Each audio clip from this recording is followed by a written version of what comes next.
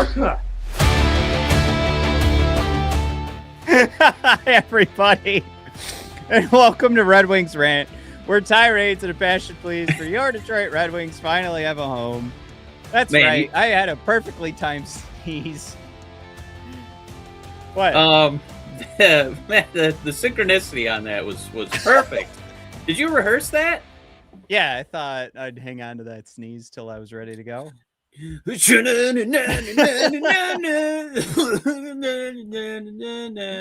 thought maybe I was muted, but I guess not. No, we had a hot mic on that one. All right, Jim, coming in hot. I think it's going to take 95 to 96 points for the Wings to make the playoffs. Easy peasy if your coach is Todd McClellan. I think last I saw a projection for the year, it said like 102 or something, but we could do that easy, man. Corey's he's upset. We're late. Off to detention with you, unless I see a doctor's note. What about from the what would that be? The Department of Transportation. Yes. For the state of Michigan, we are buried in snow. That took forever. My 40-minute drive, I guess, ended up clocking in at an hour and 26 minutes. My sometimes 17-minute commute, depending on how many cops are on the route home, turned into a 60-minute commute, but here we are. Oh, you know what? It was an hour and 36 minutes. That's what it was. Hey, Performance Fart is here. He survived the blizzard. Corey survived the commute.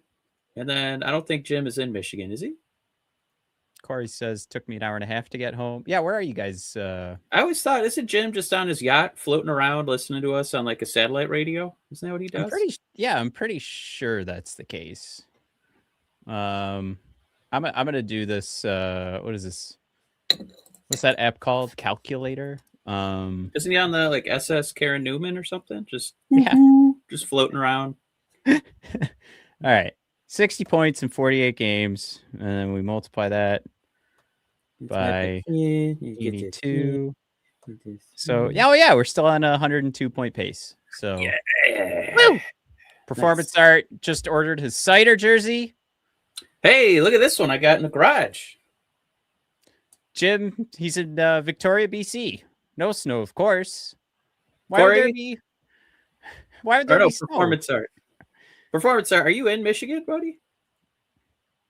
If you are, slide into my DMs because I think I can hook you up. This is a real offer, so it's going to cost money.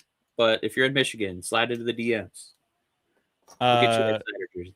Speaking of maybe not taking a cider jersey, Roik, this is our second straight week that Andrew Kopp has been featured on our YouTube thumbnail. I don't know why you wouldn't feature the best player on your team. I dubbed it his hero era last week, and it continued. Scooble on the Tigers, Hutch on the Lions, Cade on the Pistons, and Kopp on the Red Wings. That's your secondary scoring you've been waiting for. Get him on the Olympic team. Yeah. Performance Art's in Toronto. Performance Art, what are you doing here? What's going on? How did this happen? How did you? We need to do a breakdown of how Performance Art became a Red Wings fan. Performance Art being in Toronto is like Charles Woodson going from the state of Ohio to go play at U of M. So Performance Art, happy to have you, buddy. Unfortunately, I can't help you if you're in Toronto. You got to be in the Michigan area. Sorry. Who's the other? He played for the Lions, and he got recruited by Michigan, and then he had to go to Ohio State. Is that how that went? He did broadcasting for us in preseason games. I can't remember his name for the life of me right now. Is that about Desmond linebacker? Howard? No, he's a linebacker. No idea. Let's move on. Somebody else think of it. Okay. Mike, I don't want to spend too much time talking about that Bruins loss. Me neither. Unfortunately, that was the game I had the most time to watch. So. Look, I want to get into that context. We'll get into it. But I think it's more important that we looked, besides the Bruins also being in a playoff spot, but you looked at that Montreal game. I think there's a lot to take from that one. Carolina game kind of got away from us in the third period. I think we easily could have let that one slip away, that's a conversation to be had. But you know what? Again, hero era for Andrew Kopp. We're fine. We're fine, baby. Cross checks, open up the front of the net, overtime goal, boom. I mean, if you guys didn't watch the whole game, the game-winning goal looks like a pretty blatant cross-check by Kopp to clear some space and then score. Spielman, Chris Spielman. Yeah, Good Chris call, Spielman. Jacob. JWT coming in with the win. Bang. Yes, sir. We needed that. Man, you can always count on the Red Wing Ranchers. Copper with a fairly blatant cross-check, but they kind of owed us one with that phantom Lucas Raymond penalty to kind of fill up the penalty box with Red Wings with time winding down in the third period. So I feel like the refs, without legally can't say, but they kind of made a face like, I mean, 1 for 1, buddy. You can't get all the calls, so I had to give the Red Wings something, and that's kind of what that felt like to me. I was there for the argument too that it was when you watch that happening in real time, like when you slow it down, yeah, it does look like there's a cross check, and when you watch it in real time, you see Kopp's arms barely moving and slow speed. His arms moving at a slow speed. I mean, not while it's in slow mo. Anyway, you know what I'm trying to say. It was a dive. So good pickup. Couldn't have said it better himself, man. So we also want to talk about a couple of the quick hits on what we see is going right lately. Obviously, I want to talk about JVR. I think there's a lot of like little things too I want to talk about this week, and I didn't put it in this episode roadmap, and now I can't remember. Did I make a slide? I didn't make a slide. Mike, I thought we should take a second here and talk about Fedorov getting that jersey retired finally. Any quick thoughts on that one? Any stories to share? I think I joked with a friend of mine at work that Fedorov, Larionov, Konstantinov, Slava, and then who am I missing? Fatizov. The stories that those guys share about, getting snuck out of Russia to come play hockey in the United States. And then the Red Wings kind of being at the forefront of introducing, players from that part of the globe, into this league. I say it tongue in cheek because obviously it's a much bigger deal, the actual version, but it was almost like having 5 Jackie Robinsons on the team, which I know is an extreme analogy. It's an extreme analogy. Yeah. It's not, the cultural movement that it was with Jackie Robinson breaking the color barrier, but it was a weird thing, right? With Russia allowing players to somehow get out from underneath them and come play. Sergei was cool for me because he was a real, I don't want to just say like, he's like a superstar. Guy comes out in the white skates. He's girlfriend / don't want to get too much into him being with a minor. But he was a god, right? Yeah. Offensively, I think he kind of set the template too for, players that we loved. Imagine Datsuk with speed. That's basically what he was, because he was a really good, defensive forward, and he had a hell of a lot of skill. And I know that Yzerman is nothing if not self-effacing and, willing to defer credit. But he basically was saying, once we got Fedorov, now we have our top player. So, maybe it's not, maybe you could, make a case based on the leadership. Other players had to jump in and get the cups going. But as far as having your mega skill guy, that was Fedorov. So we were pretty lucky, pretty privileged to get to watch his career as much as we did in Detroit. And it's pretty well deserved. I think it's fun to kind of break down like the, what would you call it? The Mount Rushmore of Detroit Red Wings. And you've got the leader. Yzerman is that, like, he had his moments of being the point scorer, but he'll be remembered as the leader. The guy with the longevity, and I not to take anything away from how, I think you'll hear where I'm going with this in a second. The guy who never screwed up A single shift, Nicholas Lidstrom, Mr. Perfect. The showman, the guy with the skill on 200 feet of ice, that's Fedorov. I think the absolute best hockey player out of those four guys, like for the sake of putting people in the seats and giving 110%, and the performance was always tops. Only guy to win the Hart and the Selke in the same season. I think that's how you sum up Fedorov, is like, you can list those four amazing names, and I could easily tell you that if I had to start a team with one of those four guys, probably should start it with Fedorov. You're not gonna get that level of production and defense from anybody else on that list. Those other guys were good, right? I think Konstantinov, they're amazing, probably the second best, right? But they were more complimentary, and you can't really replace, what Fedorov could do. Last thing I'll say, and we'll talk about real Red Wing stuff. Also, probably, and I had a conversation with somebody about this at work, and I was like, I think this is the only athlete I could think of that is cool, wanted to be cool, and was really good at his sport. Like, he did things that made him really cool because he wanted to look really cool.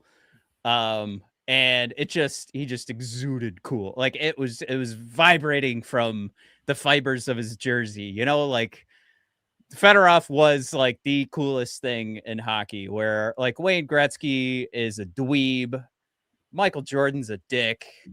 I don't know. Magic Johnson seems like kind of a dork. The list goes on, but Sergei Fedorov was awesome at his sport, and he was one of the few guys that made it really cool. Yeah, I think if you set out to be cool, it's really easy to turn into Pete Campbell on Mad Men. Right? Yeah, exactly. You're pantomiming cool, but Sergei just literally was the coolest guy on the planet, right? And especially in Michigan, and especially in Detroit. So yeah, it's insane. It took this long, but overdue, and now it's complete. We got that, and now we're just waiting for 13 to go up there. Alrighty.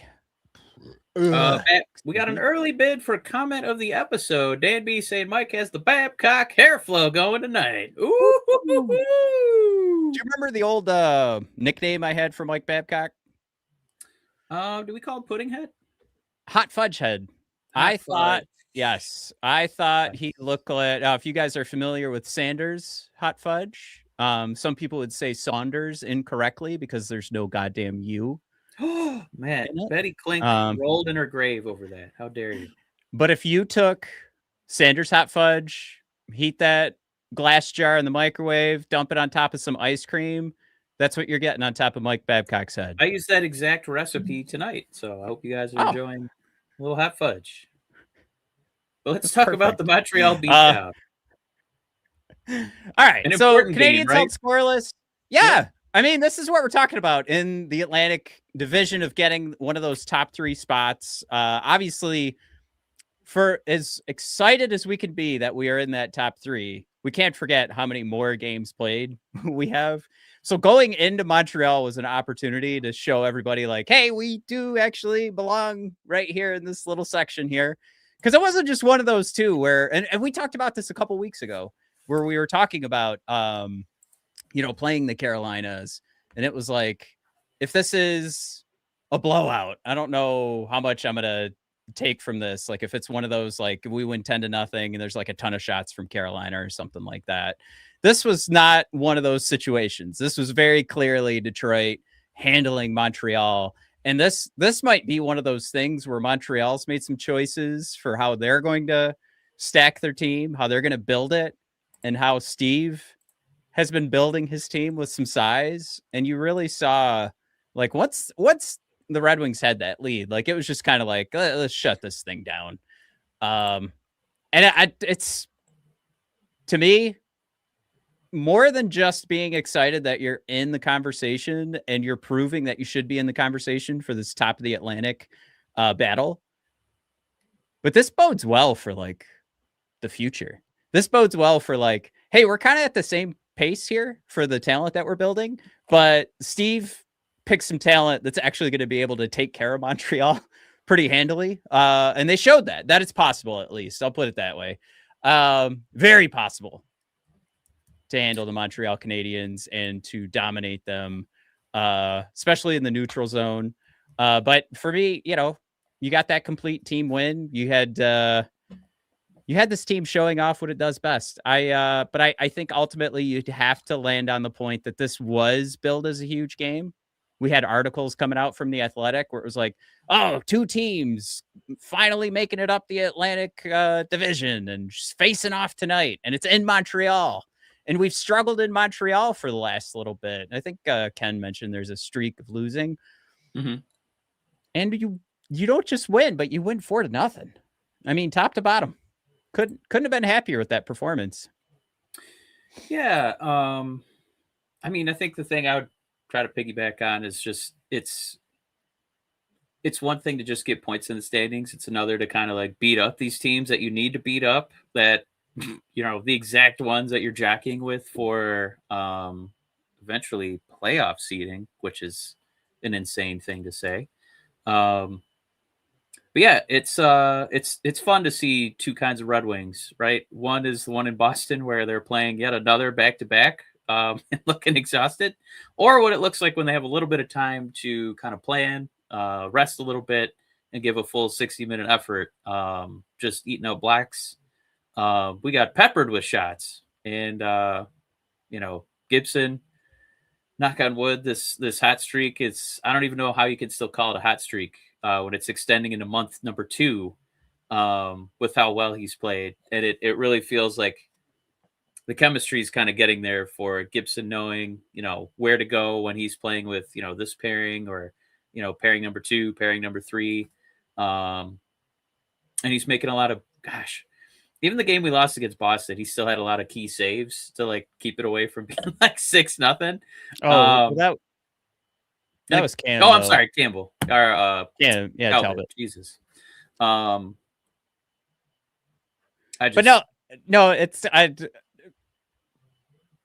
Yeah, we do want to talk about Talbot. Actually, I want to talk about how that game got away from us. But I just want to wrap it up with the goaltending getting better. So in both those games, bang, bang. Obviously focus more on Gibson, with that hot streak continuing. And he needs 1 day off, I guess. So that's what we get out of Boston. I thought it was funny too that he got kind of queued up to not take the back-to-back or the second of the back-to-back, because I like he had already been playing quite a few games in a row, or maybe that was only his 3rd game in a row, but still he's been taking a larger share of the load. And I had that thought where I was like, I feel like I just looked at it and he'd played like 5 games in a row. Isn't that the case? Yeah. So it's like maybe he should have gone on the second game of the back-to-back, give him the extra night of rest, and then also like the Red Wings would be getting the hotter goaltender. Maybe you steal one. Yeah, that's what threw me off with Boston, because he's been playing like 5 or 6 games in a row with no breaks, and I was like, just, but yeah, I mean, Montreal getting a taste of kind of everything we can do. Carolina, if you want to feel like that's a template too for what Red Wings success could look like in the year of our Lord 2025, 2026. I hope it's that. And Carolina, can I say something, Matt? Yeah. And I know Blake will chime in to be like, do we need any negativity at this time? I think I'm confident saying objectively, I think Carolina's a better team than us. And I'm okay with it. There's teams that are better than the Red Wings. But surviving that onslaught in the 3rd period was pretty insane, because they were hammering us. I don't know if the puck left our zone in that 3rd period. So it is a little disappointing that, we kind of let the really good effort from the 1st and 2nd kind of, flame out. But it didn't look like we didn't care. It just looked like Carolina was just possessed with aggression and effectiveness in all 3 zones. But they really only needed to be in the Red Wings offensive zone. So yeah, even though we did give up the 3 goals, it still felt like, our goaltending bailed us out. That And actually then we had the cop magic. That is a good point, because one of the things that went wrong in Boston was the third period collapse too. So that would be 2 straight games where you've sort of collapsed in the third, and the shot totals were 14-4. No, hold on, I got to cut off whiskey here. You hope the blueprint to our future is scoring 3 on 9 shots and blowing the lead in the third? No, the Montreal game, not the Carolina game. Very important distinction, whiskey. Yes. Okay, onwards.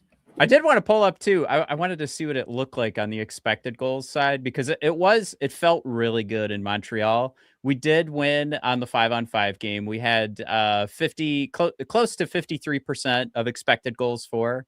The Hurricane side, you got so badly outplayed in the third period that it ended up being, you had 34% of expected goals. That sucks. Like, that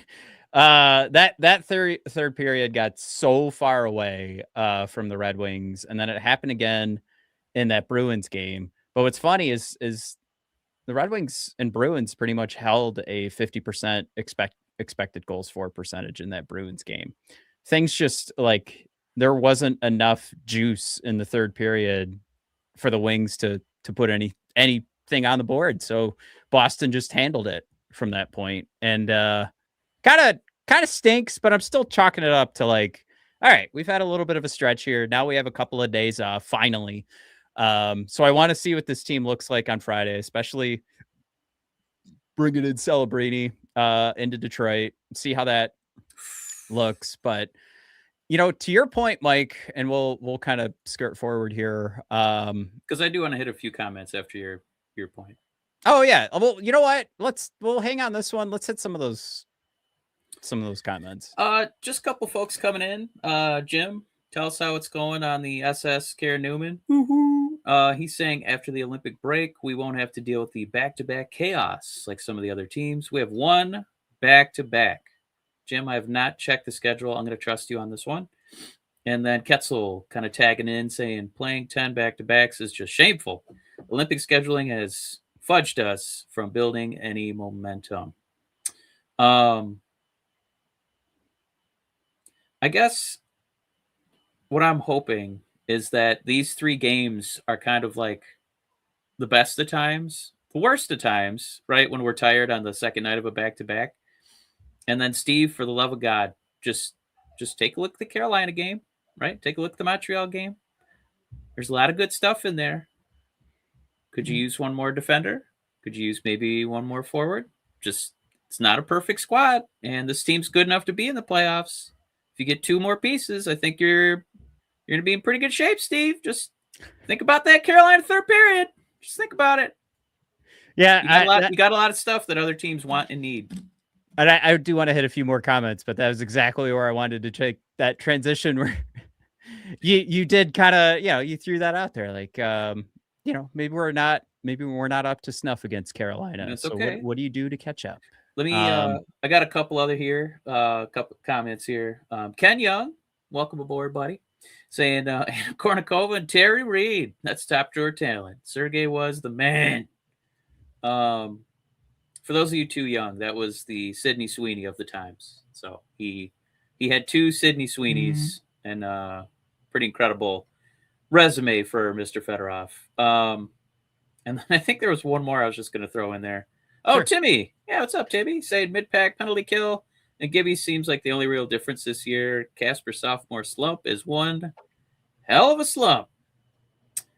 I mean, I guess you can get away with the middle of the pack penalty kill when Gibson's playing like, a top 5 goaltender in the NHL. Yeah. Yeah, I mean, I'd throw out there too. I would say is I feel like we've given him so much grief over the past couple of years, but Kopp legitimately is playing so well. Yeah, especially over. That's what's unlocking DeBrincat too. Over the last month and a half too. Like it's been a pretty good timeline here for Kopp. Not just like a week here or a week there. This has been pretty consistent. But I would call out, Kopp is on that point per game pace for like that last month, right? Yeah. For the full season, though, like just to throw out there with Timmy, like Gibson is playing great. I would say you've got DeBrincat at 24 goals through 48 games is huge. Raymond's got 49 points through 46 games. Larkin is also sniffing that point per game pace. And we know Sider is now playing at that MVP level, at least getting in the conversation for the Norris and previously in that conversation for well, I mean, still, you know, he'll get an MVP vote from somebody with Detroit ties. And now the other thing too we want to talk about is JVR, right? Like so Andrew Kopp threw out there, I feel the best about our team that I've felt in a while. And obviously winning comes from that. Kopp elevated to the second line, really helped that DeBrincat Kane keep going, helped that line continue to produce. Here's that 19 points in 20 games. And then they really do seem to be driving play. And we touched on that last week. But the other one, and we're showing off JVR right now in his Batman costume, which I thought was really cute, was couldn't make it for his son's birthday. Of course, if you don't remember, the NHL relaxed their rules on pregame attire. Yeah. So you used to have to be in a suit, and we wouldn't have gotten this amazing moment if they kept that. But JVR rolling in hot too. And not trying to pile on top of you, Timmy, but I do think there are a couple things going better. You know, Gibby going great for sure. Marco Kasper, what a huge bummer that is. But there are some other great things happening right now for this team. But this line, elite net front presence, Mike, we're not going to sit here and make you guess till you get it right. But who do you think that line came from? And it wasn't Todd McClellan. It wasn't coaching. Who'd it come from? Yeah. I think this is important. The players themselves? One of the players. Kane? I don't know. Yeah. Okay. Yeah, there you go. Yeah, still got it, baby. All right. I shouldn't have even asked because we didn't even really get anything out of you getting it right. But the reason that Kane part is important is because I think this team is really starting to form like some good old fashioned, like the team spirit, the camaraderie, hey, we're in this together. That line from Kopp, like, he's been dragged through this too. Like, as much as we've given him a hard time over the years for like, oh, you brought a third of the production that you had brought to every other team. Now it's sort of working out. Right. But also he's seeing it. But the line coming from Patrick Kane, who's probably feeling pretty good after, hitting that 500th goal, which is another item I smartly left off the recap for this week. That could be a spot where it kind of looks like JVR, while he's sort of serving a different purpose. You saw Kane fall back to the second power play unit, and in that same move, JVR moved up to the first power play unit. And that's going to take away some opportunity from a guy like Patrick Kane, who probably does still appreciate seeing those numbers tick up. Look at his face after he got the 500th. So, that being said, I think I might be blowing it out of proportion. Yeah. But I think that's incredible to have Patrick Kane be the one in an interview calling that out. Like, hey, you want to know why we're winning? Because the guy who replaced me on the first power play unit is killing it. But yeah, it's always comforting when you see your stars willing to defer a little bit. I just one thing that just was making me pull my hot fudge hair out was there was that play on the boards that Carolina kept exploiting when we'd get a power play. And it was like whatever forward we had that was like kind of close to the blue line, they kept turning the puck over at the exact same spot and creating 2-on-1s or 3-on-2s shorthanded. And it was insane. It was insane. I couldn't believe it. Was like, what scouting report did they read where we just get soft right in that one weird corner by the blue line? Do you know what I'm talking about? Was that not the one where Larkin like looked down at the ice in defeat? Oh yeah, now I got yep. So they scored. That was ugly. There's something about because I know they're one of the better, scoring teams being shorthanded, right? So that kind of feeds into one of their strengths. But it was just insane that it was like somebody wrote down the plays and the passes that we make along that wall and just kept stealing. But it's also one of those things too, right? Like it's not that was a problem earlier in the season. You know, all the shorthanded goals we were giving up, and that was sort of like a throwback to that, if a throwback is necessary to call out. It's the throwback to it's throwback to when we had a bad week. Remember that? No, I think really all I'm doing, I don't know why I'm, our power play has helped us, right? I think I'm just that Carolina game. This is one of those episodes I hope Steve's paying attention to, because we were so good against Montreal. We were so good for 2 periods. We had a miracle in overtime. Please remember that 3rd period as the trade deadline looms. Another person that you put on your list, Matt, was Seider, his shots creating chaos.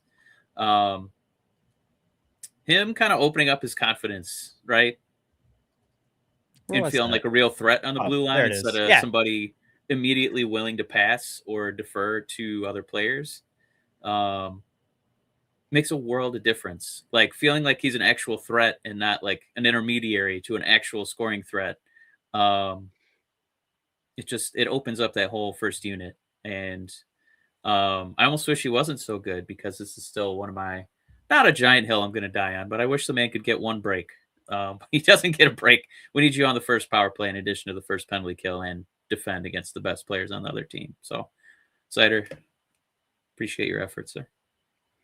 I was going to throw out for JVR to wrap up the combo. Dating back to November 24th against New Jersey, he got a goal. He's got 17 points in 22 games, which puts him at it's at 0.8 points per game. Think about that as like $1 million contract. And you're getting, in that last, almost 2 months now, you're at a point per game pace. Just I do wonder, are they going to start giving him like days off for just being old? Well, he's going to get a month off here because he's not headed to the Olympics. So fair. Okay. I'm just saying, like, I want to keep, it's the main hesitation for putting him on the first line, right? We don't want to burn him out. But yeah, hopefully gets to get some nice R&R here in a couple days, couple weeks. Wait, can I hit a comment for you? Yeah. Ooh, you got a whiskey. You do your whiskey wings one first. I like that one. Well, I'm gonna share that, and also share that Dom Luszczyszyn just released his latest for end of season predictions for where these teams are pacing out. So Whiskey throws in there back half prediction, 34 games remaining, 17, 12, and 5, 99 points. Looking at all the remaining games, I can see 17 wins. Ketzel throws in there too. I think 99 is easy playoff berth. Just to throw in another opinion, I don't think anybody values his opinion as much as you and I do, Mike. Wait, do you mean Ketzel or Luszczyszyn? Luszczyszyn. Okay, because we value your opinion, Ketzel. I don't want that minced. Sorry. Actually, I don't know if anybody can read this now that I pulled this up, but he's got. I can confirm nobody can read it. I can confirm. I can't see it. They Whatever. Can't. Yeah. Stupid Twitter. All right. I can't blow it up either. It just keeps blowing up the text. Dom's got us at a 61% playoff chance and 94.7 points. Dom's model, if you guys have been keeping up with this guy throughout the season, does not value what we've done so far. And on top of that, on top of not getting valued by Dom, we also have, I think Tankathon is reporting, we have the toughest schedule to end the season. So that kind of blows. So I do think if you take out the Colorado back-to-back, it's just kind of normal. It's just inflated by that. You say that by the greatest team ever assembled, not since the 2002 Red Wings. Once you knock out those 2 games, it's just kind of normal. I wonder if I could pull that up real quick. Remaining streak. With a bid for comment of the episode saying, "What is this? A chart for Eds?" Yeah, that was baloney. Sorry, everybody. Grade A baloney. All right. So while you're looking at that, let me hit a few comments here. Timmy coming in hot. A lot of JVR love. I love it. JVR is quite a nice addition, of course. Needs to teach the rest of the team net presence, the ways of the Force. Yeah, he's definitely been the Obi-Wan. He's showing me something too that I don't know. Some of those seem like JVR specials. I He's hope he does shown the get rest of the NHL like how to do it. Yeah. what was he in Columbus last season? And Hmm. then he was just in the sunken place. If you've ever watched Get Out, and then we get him out of Columbus, and my God, this is still a very very useful, productive hockey player, even as he's in his mid-30s. And one of our most important power play pieces. I'm super grateful that whoever did the scouting for JVR, God bless you, and got him on a discount.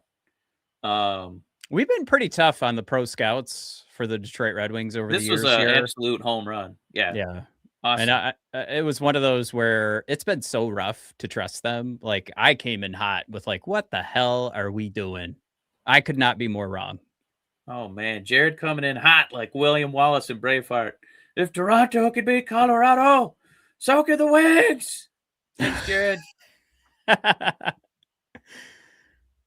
Yeah, I did bring up our tankathon here. Detroit strength of schedule, hardest season remaining schedule. There we go. Left. Yeah. We've got Colorado twice, Tampa twice, Minnesota twice, another one against Dallas, another one against Carolina, another one against Montreal. It is pretty cute, by the way. If we scroll down to Buffalo, Buffalo's got a really hard game on their schedule because they're playing the Red Wings. Ottawa's got a really tough schedule because they got the Red Wings 3 times. Whoa, they're in trouble. Well, they're going to plummet down the standings. Yeah. This is kind of fun. We're actually at the top of this list. This is pretty cool. But you're right. Yeah, this will come down a bit. It seems like anybody that's got those remaining games, like 4, against Colorado and Tampa, it's like, oh well, all right, 4 losses, got it. Was that included in the 17? We threw that out there. Whiskey, did you have for your 12 losses? Were 4 of them against Colorado and Tampa? Because then I will say, oh, an ad. I like your. Was that? Oh, an ad. I mean, I'm glad it's not like, a porn game or something. Then everybody knows I'm looking at porn all the time. What was I? Yeah, I got thrown off. All right. Yeah, Whiskey, I need you to confirm that 4 of your losses were regulation losses to Tampa and Colorado, and then I will value your prediction more. Not that I don't value you already. Ooh. Man, Jared, God bless you. Every time he comes in, he just comes in just dropping bombs. And he's saying, imagine showing this in October and seeing Winnipeg as easy. Ooh, good call. Yeah. Jim, my favorite yacht owner on the SS Care Newman. Woo-hoo. I'm just going to keep doing that, Jim, till you correct me. We got a yes from Whiskey. He did include 4 regulation losses. So Whiskey, I trust you. Jim saying, if I'm not mistaken, we also had one of the toughest second half schedules last year. I do believe that is part of the strategy in scheduling these because they want to have the teams that have been underperforming like still be involved. And then it gets tougher as the season goes along and they're still kind of sniffing the playoffs. So everybody's still watching TV. I think that is proven to be true. Do you have that schedule one more time?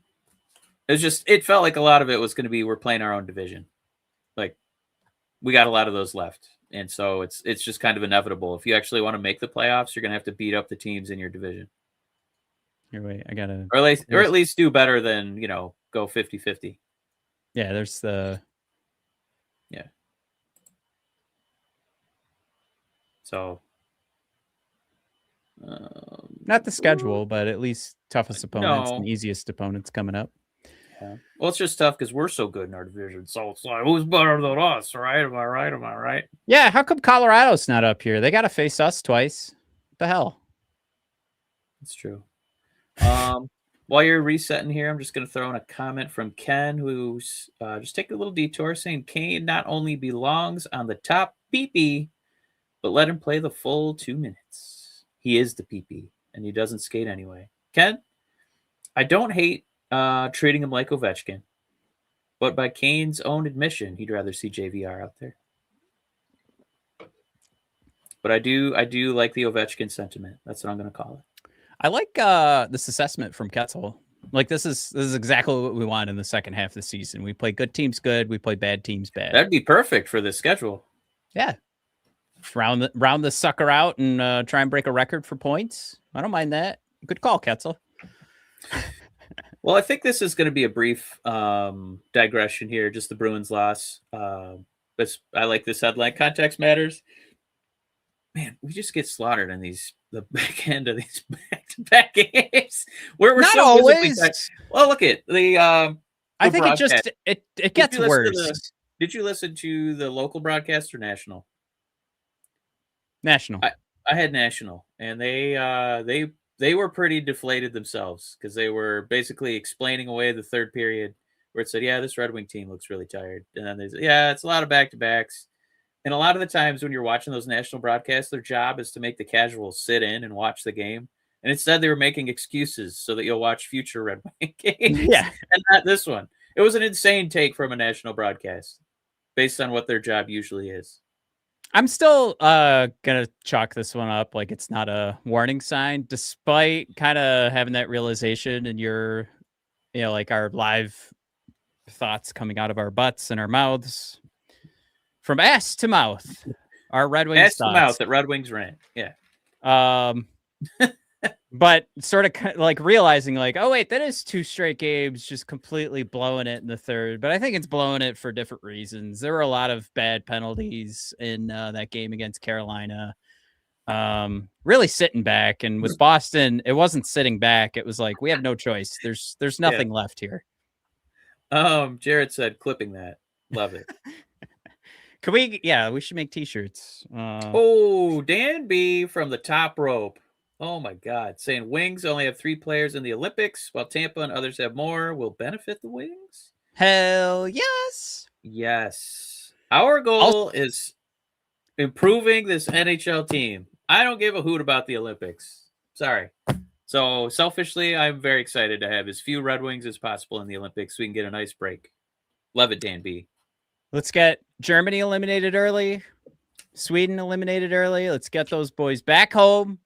Woo! Love that idea. And I think unfortunately Dylan's in for a long Olympics. Also, you know what? It's few games on this apparently horrible Italian ice, if I may. This one's not a tasty one, Mike. This is not a tasty Italian ice. This is a horrible ice that oh no. I think the quotes from the IIHF president where I feel a little bit more confident. I think that was the athletics title for the article. That's great.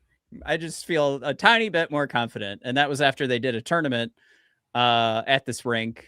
Some of the comments I absorbed from Puck Soup reading this article live on the air.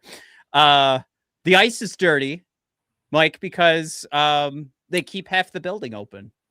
So debris blows in. Apparently there's a giant hole on the ice during this tournament that people had to be weary of. Yeah. You know what? Just for that, I'm going to get a bumper sticker that says F ice. How about that? Just for that. Yeah. Not for any other reason. And the locker room too. I don't know if you heard about this one. You hear about this, Mike? You see this? What do you got, Jay Leno? What's going on? It's the Italian locker room. They got to walk from a totally different building. They're not going to be in the arena. They're going to be dressing in another building and walking over to play some hockey. Just thumbs up all around. Ooh, Whiskey agrees. F Italian ice. You don't even need the word Italian. How about that? They only had 7 years to prepare for this, so it came out of nowhere. But Whiskey with this Olympic run came out of nowhere. Whiskey with a bid for a comment of the episode saying Wings were the first team in the league to hit 48 games, and doing so by finishing off their league-leading 10th set of back-to-backs. Boston was 100% fatigue. We agree, Whiskey. I love the way you articulated that. High five. You should have a podcast, Whiskey. Love it. All right. I mean, let's wrap this up. We didn't fold versus Carolina. We won. calm under that pressure. The depth producing, like we went over with JVR, Cop having his hero era. I think there's still room to improve this team. And Mike. Oh, man. Now we're going to get the comments going because there's trade smoke. Elliot Friedman. Sweet trade smoke. Right. And not just like regular old, like, oh, let's go through Puckpedia and try to find guys that are available. Nope. Elliot Friedman reporting that Steve is at the top of the list for Calgary's defenseman, Rasmus Andersson. Yeah. Now, here's the problem. I'm going to blow this up a little bit so we can see it. Hey, we can see this card, you guys. Projected Jared, take a screenshot. We finally did this right. Projected WAR percentage, 30% for Rasmus Andersson. However, just like we measure Moritz Seider, Simon Edvinsson, that competition percentage, he's every night thrown out there to the Wolves. What's the turn of phrase? Thrown to the Wolves. Yeah, thank you. He's facing top line every night. Rasmus Andersson, he's got a heavy job, especially with such a crap team around him. And that will not be his job in Detroit. That's Moritz Seider's job. And you can't take that away from him. No. But we don't even need you to be number 2. Right. We're going to put Simon the Pieman up there. Yeah. Can we talk, though, about the finishing, the goals, first assists? Doing pretty good. I think this is one of those things where those bottom 4 defensemen, I'd like to see what's going on here. And this even strength offense with such a crap team in Calgary, this does at least tell me like they're getting the puck into the offensive zone. There's some good transition here from Rasmus Andersson, and he's got the experience. This used to be a guy that was in those conversations at the top of the league. It's just now we're going to reduce his role. We're going to put him in a place that makes a little bit more sense as he ages into year 30 of his life. But this is something that is going to be super flexible for us if this doesn't work out. It's 1 year. Send him packing if it's not feeling right. But Ketzel mentioned it earlier. One of his comments was, we're not doing shit in the playoffs if we have to have that third pair going out there. And this is one of those where it's like, you just start to map things out, and there's the names on this defense are just so much easier to stomach when you start to think about that potential, right? Of obviously Edvinsson and Seider still going to eat up minutes. Yes. Aljo and Rasmus Andersson going at it on the second pair, and potentially flipping that second pair for the third pair because you're going to put Ben Sherratt with Axel. Yes. Which hasn't been the worst pairing in the world, but we do know that Sherratt is still sort of measuring out as the worst defenseman in the league. We won't talk about that today. We'll just talk about how there's holes to fill on the defense, and we can sort of do a better job of putting guys in the right place. And I think Rasmus Andersson going from facing the top line on every single team with hot garbage around him to now being on the second pair, not having all that responsibility, getting a little bit more rest, and having a little bit more talent to throw around. And maybe, Mike, we talk about the mental aspect of this. Let's put him on a team that's winning. See how that changes things. What do you think? Put him on a team that's winning. Dan B, you greedy little monkey. He says we get a little Rasmus Andersson and Doug Hamilton. Defense is set. Dan B, you dirty boy. How are we going to get both those guys, you rascal? I mean, maybe. Hold up, Dan. We got a whole nother slide coming after this. Yeah, just hang in there, Dan. We'll get there. Jim, fresh from his yacht, saying, geez, I'm waiting for Matt to say, come on down, Elias Pettersson. Jim, we would have been calling off work to have an emergency podcast if that was the case.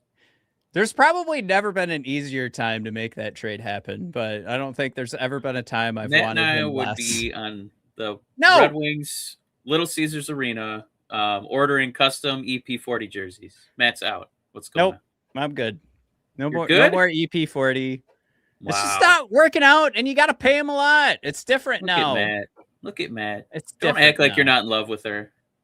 It's because she scorned you a few times. I don't even think about her anymore. Ooh, Jim does have a real comment, though. He says the only way Andersson comes to Detroit is an extension is in place, which as more information kind of trickles out, allegedly, that's why we didn't sign Quinn or trade for Quinn, because Steve was like, "You don't sign an extension, I don't even want him." And it's like, can we have given it a trial run, Steve, before you poop your Pampers over him not doing an extension? Jesus Christ. Jim, I hope you're not right, because that just means we'll never make a trade ever again. I wouldn't agree with that, Jim. I think this you is know what pretty rare. He's going off of what trickled out about Quinn Hughes. That's what he's doing. Yeah, so it's not completely out of left field. I would push back though, because this isn't the same conversation. They're not going to be asking for Simon Edvinsson. This is a team that is falling. They're going to be rebuilding. This is going to be, I think, some draft picks could be had and some maybe prospects as well, but not to the level of Simon Edvinsson. I don't think we're restocking Calgary to like go for it again. I think at this point, if this trade happens with any team in Calgary, the rest of the NHL knows like, yeah, we can have this or not. Like, and that's the conversation to Calgary's front office. We can go find something else. You're the one who needs to make sure this turns into something. You're the one that needs to make sure that this guy doesn't just walk away and sign somewhere else in free agency. You've got to turn this into something while you have the time. That's unfortunately for Calgary, not going to put them in a great space unless it becomes a bidding war, in which case I don't think any team is going to be willing to give up a Simon Edvinsson level talent. So that being said, I do think you can get away with the 1 year, have this guy be your trade deadline acquisition. I think the consensus for the longtime Red Wings Rain listeners, and by that I mean I'm starting to see Jared's comments come in. If Yzerman didn't trade for Quinn without an extension, he sure ain't for Andersson. That's the biggest obstacle. It's the frugality. I don't think frugalness is a word, so we're going to go with frugality of Steve Yzerman not wanting to give up too many assets for a rental. Matt, is that what's going to stop us here? I don't think so. I think you guys are crazy. I would not put Rasmus Andersson down as that same tier of like what was going on with Quinn Hughes. I don't see it.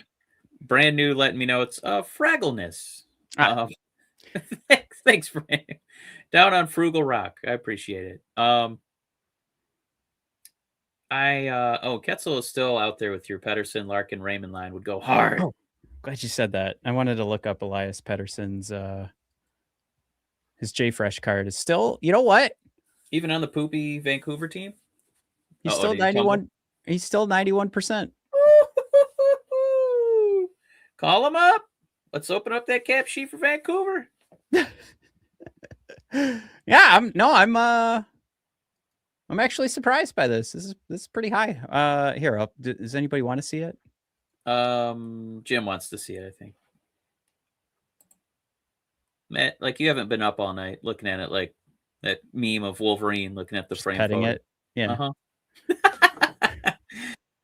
Yeah, 91% projected WAR percentage. Wins above replacement, obviously, measured against the rest of the league. Our boys turning in still 93% on the even strength defense. Solid power play percentage, solid finishing, goals is up there.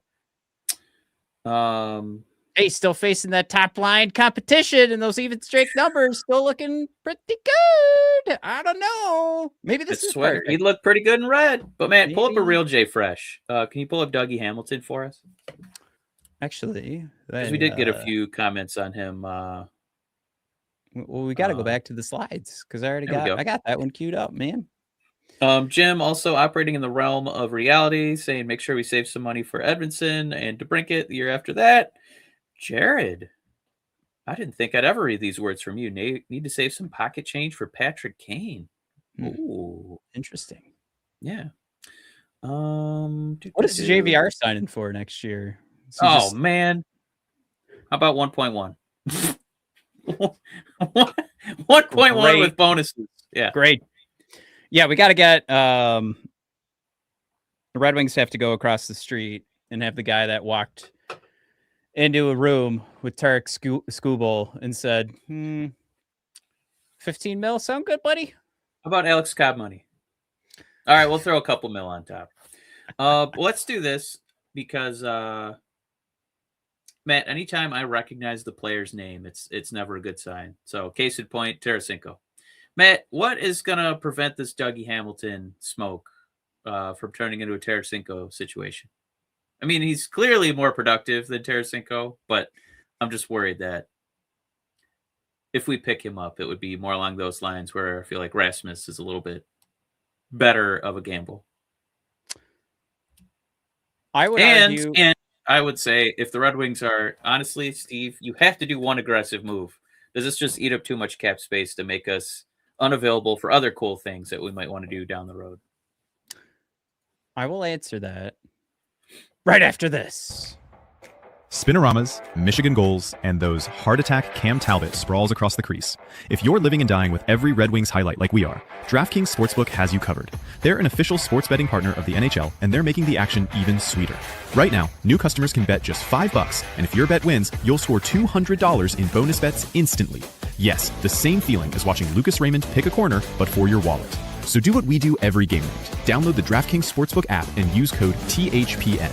That's code THPN to turn $5 into $200 in bonus bets if your bet wins. DraftKings, the crown is yours. Gambling problem? Call 1-800-GAMBLER. In New York, call 877-8-HOPE-NY or text HOPE-NY 467-369. In Connecticut, help is available for problem gambling. Call 888-7897-777 or visit ccpg.org. Please play responsibly. On behalf of Boot Hill Casino and Resort, Kansas. Pass through of per wager. Tax may apply. In Illinois, 21 plus age and eligibility varies by jurisdiction. Void in Ontario. Restrictions apply. Bet must win to receive bonus bets which expire in 7 days. Minimum odds required. For additional terms and responsible gaming resources, see dkng.co/audio. Limited time offer. Copyright NHL 2025. All rights reserved. So here's my argument for Dougie. And welcome back, everybody. Sorry you had to sit through that. Dougie's not happy, and the numbers don't look great while it's happening. And there is talk about New Jersey eating some of that cap. Well, that is appealing because if there's one thing Steve likes, it's guys that are like 6'6", and Dougie Hamilton fits that to a T. He's exactly 6'6". There is the great point made by Ketzel, though. He is made of glass. So 6'6" piece of glass. Yeah, but Ketzel, you get glass for this year, the next year, and the next year. So you get 3 years of glass. And every time he gets injured, we can play Stone Cold Steve Austin's theme. How about that? Jim throws out there. Hamilton is 33 with cap hit of $9 million. Substantial salary would have to be retained. And it is one of those things too, where like New Jersey got to this point where they are, the situation I should say has sort of escalated because Dougie was sat out for a game. He was a healthy scratch, and his agent went to Twitter and said, "Get my boy out of New Jersey. We'll waive the no trade clause." And that's gotta, when you start saying those things out loud, there's a player that's not happy, right? Like he's getting that money. He's getting paid. This guy wants to play meaningful games, and New Jersey's blowing it right now. They thought their big solution was doing a healthy scratch for Dougie. And the one thing I would call out, the competition that Dougie's been facing, it might be pretty similar to what you see here on the J Fresh card. So I would say that doesn't mean you're going to get a horrible turnout here, because what we're seeing from the likes of Jacob Bernard-Docker is catastrophically low. It's abysmal. And we know we're improving this team if you're adding either Rasmus Andersson or Dougie Hamilton. So I think it comes down to if these are the names that are being thrown out there, but you can get a Dougie Hamilton because New Jersey's desperate to move him. If you can get Dougie on your team, you're going to get a guy who's a little bit more motivated with your team. If you trade for him, that means he said yes, because he's still got that no trade clause, and he would have to say yes to it. He would have to waive the no trade clause. So you'd have a guy that's like, yes, I will come to that team. So there's another element, right?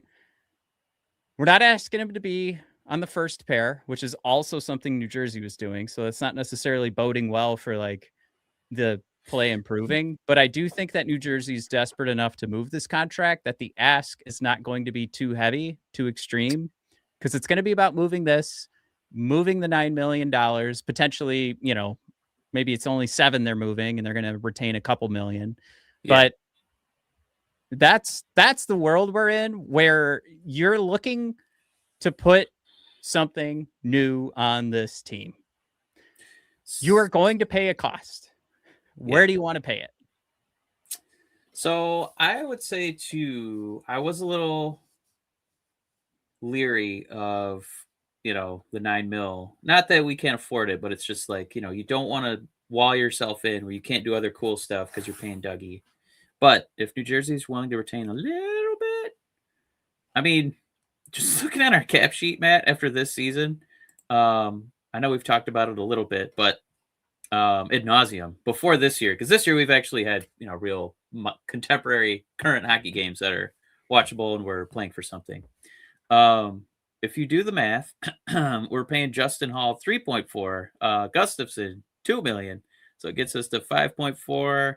And then Sherratt at 4.2. That basically gets us to Dougie Hamilton. So would you rather have him or those 3? Because it's like you've been trying to find shades of Dougie with these other jabronis that nobody else wanted. So, yes, he did have some weird injuries. I think he had a broken jaw. He got hit in the face. He had that weird broken leg. He did tear a pec, Triple H style, or Cody Rhodes style, for those of you who was it? Dixon, who still watches wrestling with us? There's Decoy. Decoy, where you at, man? I haven't heard any wrestling comments in weeks. You bum. Get in here. Cut a promo. I guess it's really easy for us to have him on the team and still do stuff we want to do. I guess I'm kind of less worried about it. Yeah. Also, I'm going to be that guy. I'm like almost $9 million of nothing. Right. Yeah, Sherratt has had a good year for Sherratt. Yes. But would Dougie be an improvement over Sherratt? Matt? Oh, he got quiet on that one. And he made a Jesse the Body Ventura face. What was that? What was that face you made? Well, I'm gonna say they're serving different purposes for my defense, because one's gonna be on the left side, one will be on the right. Fair. But 2, I think the point of for next season right now, our current cap space is $42 million, and the season after that it's projected to be $78 million. And then $80 million the season after that, without including the projected increase in salary at 28, 29. Guys, let's get ahead of the game, baby. Yeah, these are the risks I'm okay taking at this point. Last week we were talking about and obviously I would much rather have this player than Dougie Hamilton or Rasmus Andersson, but we were talking about trading for Broberg. Well, guess what? He just signed an 8-year deal, or whatever it was, 6 or 8-year deal with St. Louis. That one's gone. Literally the day after we talked about it, he signs that contract. So there's some major talent that is not going to sniff the trade deadline, the free agency market. And there's going to be teams that will trade for these 2 players, and either you get Dougie for 3 years and maybe it's not working perfectly, but there was a comment in here from Dan B. We don't need top pair Hamilton. 3rd pair, 2nd power play. This is great. I think one thing that I would want to just graze over. One thing that we noticed, we talked about blueprints and whiskey. No, we did not mean the Carolina game. I'm still just shocked. You're still, I'm still shook. You got from PTSD. That. Yeah. But talking about Montreal, we do, when we're successful, we do block a lot of shots, and I don't know if we want Dougie doing that with his injury history. That's all I'm throwing out there, man. Just throwing it out there. So I think that Sherratt, as much grief as we give him sometimes, he is good at getting hit with pucks, if I may. Dan B thrown out there, when Scooble gets traded, more left for Steve Yzerman to spend. Oh, yeah. Woo! Light it up. Good call, Dan B. Yeah, I just, I mean, this is a cool, I think it'd be a cool idea, Matt. The money works. We kind of could use someone like this, somebody seasoned, especially for playoff games. And it's not really going to damage us cap-wise. you definitely fit it in there. Yep. I kind of, I'm glad you brought that up. It's like we got to have our big dry erase board for points that we can almost permanently debunk about like cap considerations, because our sheet, it's just wide open. It's basically just Sider and Larkin for a couple of years, and Raymond. That's it. You can do whatever you want. We're in pretty good space. Canvas. Sider's gonna be in those articles that are gonna be, underpaid player. He's not going to be happy in a couple of years reading those athletic articles. So Steve had some pretty well-timed contracts expiring. I mean, there's probably going to be a point too where we're like, wow, Edmondson's making more than Sider. Like that's a possibility. Matt, Edmondson's agent comes in. Let me throw something at you, Michael Keaton Batman. You want to get nuts? Let's get nuts. Ooh, yeah. All right, what if we take Dougie? Yeah. Give up like a third rounder, and you say, why would they do that? Why would they do that? Yeah. Okay. Mike, who says no? New Jersey. Because okay, go ahead. They throw in Palat.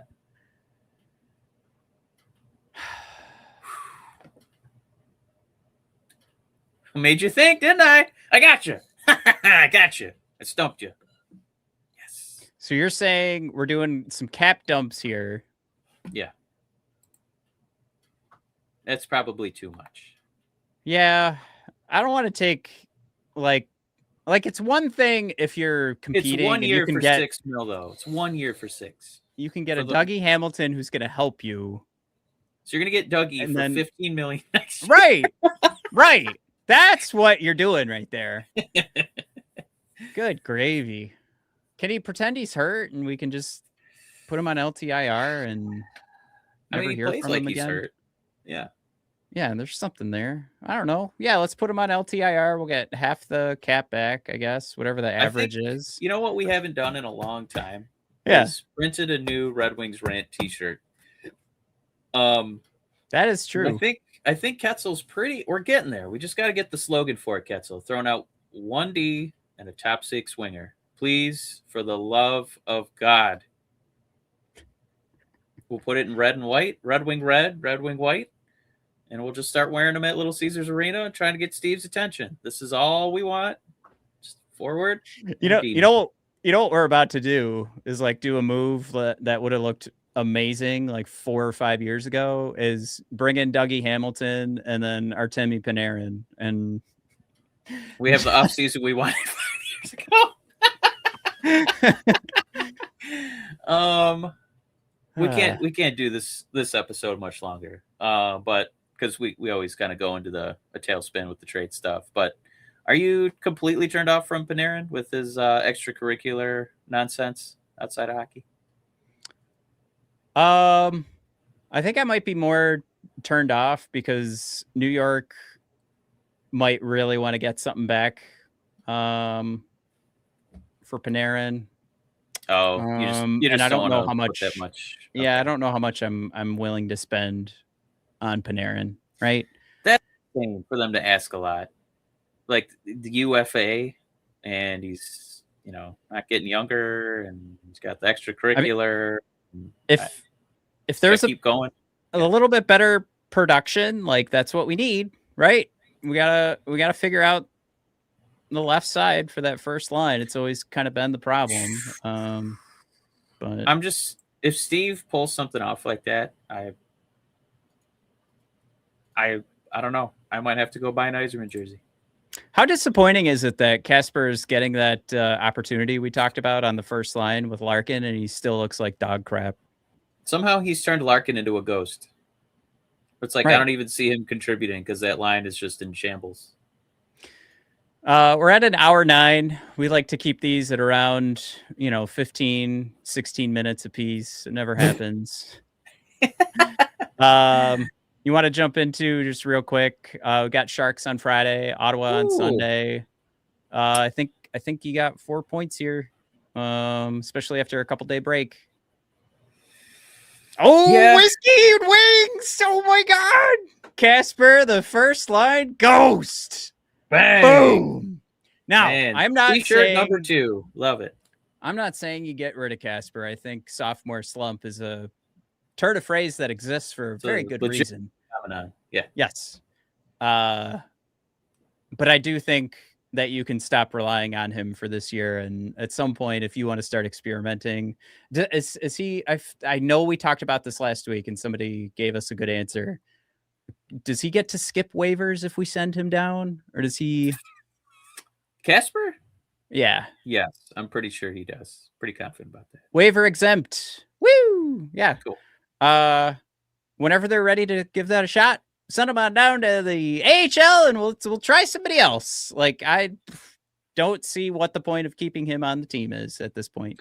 Ooh, before we go, so for Shark Senators, these should be winnable games. You are a better team than them. Let's get back to not being completely physically fatigued and exhausted. We'll block a few shots, Matt. Maybe give Soderblom a little more time. He had a pretty good game against Carolina and Boston. He's really controlling the play a little bit. He's being a big mean boy. He's being a big bully. I don't know if they're really McClellan's gonna entertain that idea, because I think they like him on the fourth line, but man, he had some really impressive offensive shifts, just like being the grown up with the little kids. He looked like he was training up on, like, keep that stick down. You've got an extra foot of reach than everybody else. Bring the puck in front of you and just keep it there, buddy. Mike, real quick, we'll end the show on this one. Where do you think this season Marco Casper ranks on the WAR percentiles? In the NHL or the Red Wings? In the NHL. Keeping in mind, everybody, when you hear this number, 100% best, 0% worst. Give me 2. Ooh. A little under. He's at 12%. Hey, he's doing great. That's a guy who had opportunities on the second line. That's a guy who currently has opportunities on the first line. And he's at 12% right now. 43% over 2 years. So, yeah. Funny enough, go ahead. We even saw Mo and Raymond come down a little bit in their year too. So we don't need to, give up on Casper, but it's just, I wish the second year could be over for him and he could get back to being a person again next year. I think the conversation is like, we're legit this season, right? And see you next year, Marco. Like, figure it out, dude. You've had all the opportunity in the world. You figure it out in the AHL. We'll see you next year. See you, buddy. It's not going to hurt his development at all. No. Might hurt his pride. But I think if you're trying to get to the playoffs, you're hanging on to this guy and keeping him in your lineup for the wrong reasons. We'll put some pressure on him and turn him into a diamond.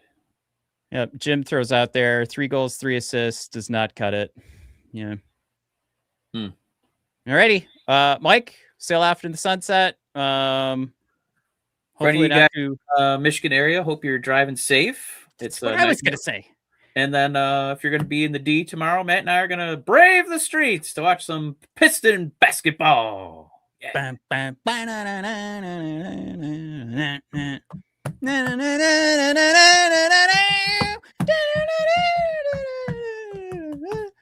All right. See you guys.